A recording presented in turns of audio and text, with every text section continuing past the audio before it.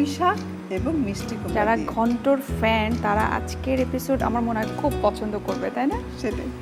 প্রিয় দর্শক, তাহলে চলুন পুঁই শাক এবং মিষ্টি কুমড়ার ঘন্ট তৈরি করতে কি কি উপকরণ লাগছে দেখে নিন। পুঁই শাক এবং মিষ্টি কুমড়ার ঘন্ট। উপকরণ: পুঁই শাক 1 কাপ, মিষ্টি কুমড়া 1 কাপ, পানি পরিমাণ মতো, মরিচ গুঁড়া 1/2 চা চামচ, হলুদ গুঁড়া 1/2 চা চামচ, ধনিয়া গুঁড়া 1/2 চা চামচ, আস্ত রসুন কোয়া 8 থেকে 10টি, সর্ষে বাটা 1 টেবিল চামচ, পেঁয়াজ বাটা 1 চা চামচ, লবণ স্বাদ মতো, তেল পরিমাণ মতো, পেঁয়াজ কুচি 2 টেবিল চামচ, 5 ফোড়ন 1 টেবিল চামচ, শুকনো মরিচ 3টি। দর্শক দেখে নিলেন আমাদের পরবর্তী রান্নার উপকরণগুলো। এটাও কিন্তু ঘন্ট, যারা ঘন্ট পছন্দ করে তারা কিন্তু খুব পছন্দ করবে আমাদের আজকের রেসিপি। হ্যাঁ, এটা হলো পুঁই শাক, খুব কমন শাক। আমরা যেটা ইলিশ মাছ, চিংড়ি মাছ দিয়ে খাই, কিন্তু অনেকেই আছে মাছ ছাড়া খেতে পছন্দ করে। তো ঘন্টর যে জিনিসগুলো যে খুব যে কুচি কুচি হবে তা না, কারণ এটা এমনিতেই শাক ছোট হয়ে যায়। আর শাক কিন্তু বেশি কাটলে এর নিউট্রিশন চলে যায়, যেগুলো ওয়াটার সলিবল ভিটামিনস সেগুলো কিন্তু চলে যায়, বেরিয়ে যায়। যত সে বড় থাকবে তত ভালো হয়। তা আমি শুধু ডাঁটাগুলোকে একটু ছোট করে দিলাম, বাকি সব ঠিক আছে। এখন যেটা করব, শাকটা দিয়ে দিলাম হাঁড়িতে, তার সাথে দিচ্ছি মিষ্টি কুমড়া। কি লাল রং, তাই না? আর মশলাগুলো দিয়ে দেব, একটু পানি দিয়ে দিচ্ছি। এখন আমি মশলার বাটিতে গুলাবো না, যেহেতু আমার এর মধ্যেই পানি আছে। আমি জাস্ট মশলাগুলো একে একে দিয়ে যাব। সামান্য একটু মরিচ গুঁড়া দিচ্ছি 1/2 চা চামচ, হলুদ গুঁড়া 1/2 চা চামচ, এখানে ধনে গুঁড়া 1/2 চা চামচ, আস্ত রসুন দিয়ে দিচ্ছি কয়েক কোয়া, দেব সর্ষে বাটা।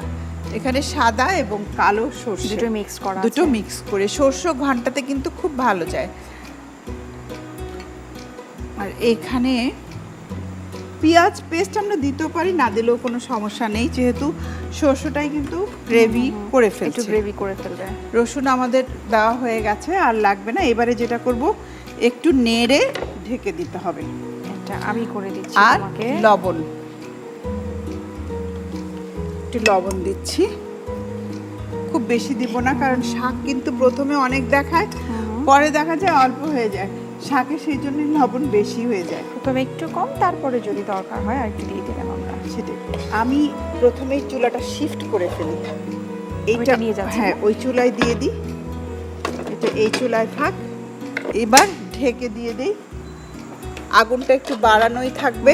আচ্ছা, এটা আমরা একটু নাড়াচাড়া করে দেখি। খুব কালারফুল আপা কিন্তু, তাই না? হ্যাঁ, অরেঞ্জ কিন্তু মাছ কিছু নেই। যারা ভেজিটেরিয়ান সবজি খেতে পছন্দ করেন তাদের জন্য এটা খুবই ভালো। এটা ঢেকে দিব আপা? একটু ঢেকে দিতে হবে। এটা ঢেকে সেদ্ধ হতে হতে আমি যেটা করব, ফোড়নের ব্যবস্থা করে নেব। আমার লাগছে শুকনা মরিচ, 5 ফোড়ন এবং পেঁয়াজ, আর লাগবে হলো সর্ষের তেল। কাঁচা মরিচটা আমরা দেইনি, কাঁচা মরিচ এই কয়েকটা একটু দিয়ে দিতে হবে। তুমি দিয়ে দাও।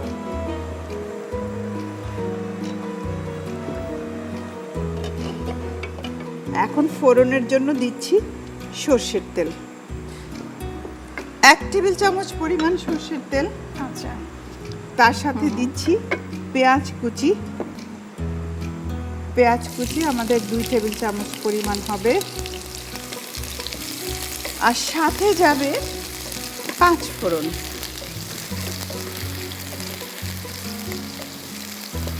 তবে 5 ফোড়নটা না খুব বেশি দিলে ভাল লাগে না, খুব অল্প পরিমাণ দিলেই ভাল লাগে। আমি দিয়ে দিলাম। পেঁয়াজ আর 5 ফোড়ন ভাজা হচ্ছে।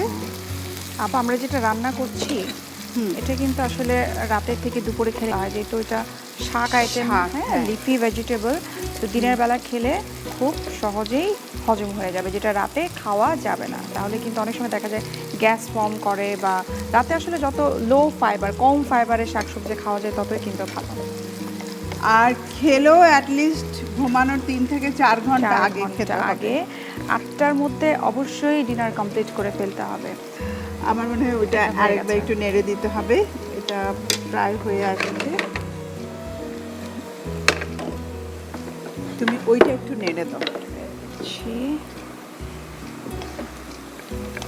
আমাদের ভাজাও কিন্তু প্রায় হয়ে এসেছে, আমরা এখন ফোড়নটা দিয়েই দেব, কারণ ফোড়নটা দিয়ে কিছুক্ষণ রাখবো।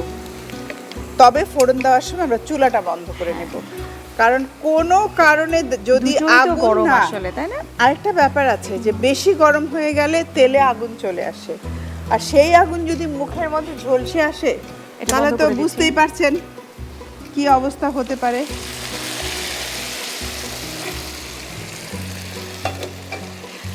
আমাদের যে এই রান্নার টিপসগুলো, এগুলো আপনারা অবশ্যই মাথায় রাখবেন, কারণ বার্ন ইউনিটে মেডিকেল কলেজে গেলে দেখা যায় অনেক কিন্তু রান্নার ঘর থেকে আগুন, কারোর শাড়ি থেকে, ওড়না থেকে, এই সমস্ত জিনিস আগুন কিন্তু লেগে যাচ্ছে, কারোর মুখে সতর্ক চলে আসছে, একটু সতর্কতা না থাকার জন্য এই বড় বড় অ্যাক্সিডেন্টগুলো কিন্তু হয়। এক্স্যাক্টলি। এবার আমি আগুনটা দিয়ে দিলাম, আর একটু হবে, ভাঙা ভাঙা হয়ে গেলে জিনিসটা ভালো হবে।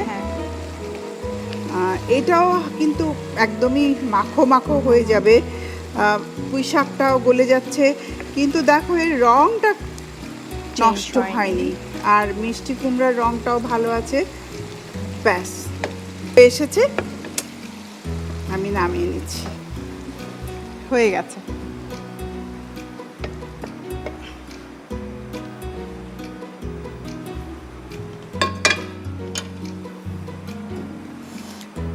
পাঁচফোড়নের কারণে একটা কিন্তু দেখো আচার আচার গন্ধ বেরিয়ে গেছে। হ্যাঁ, পাঁচফোড়ন দিলে মনে হয় যে আচারের কিছু না কিছু আছে। প্রিয় দর্শক, চলুন তাহলে এই পুঁই মিষ্টি কুমড়ার ঘন্ট কেমন করে তৈরি করবেন রেসিপিটি আরেকবার দেখে নিন। প্রথমে সসপ্যানে পুঁই শাক, মিষ্টি কুমড়া, পানি, মরিচ গুঁড়া, হলুদ গুঁড়া, ধনিয়া গুঁড়া, আস্ত রসুন কোয়া, সর্ষে বাটা, পেঁয়াজ বাটা, লবণ ও কাঁচামরিচ দিয়ে ঢেকে সেদ্ধ করুন।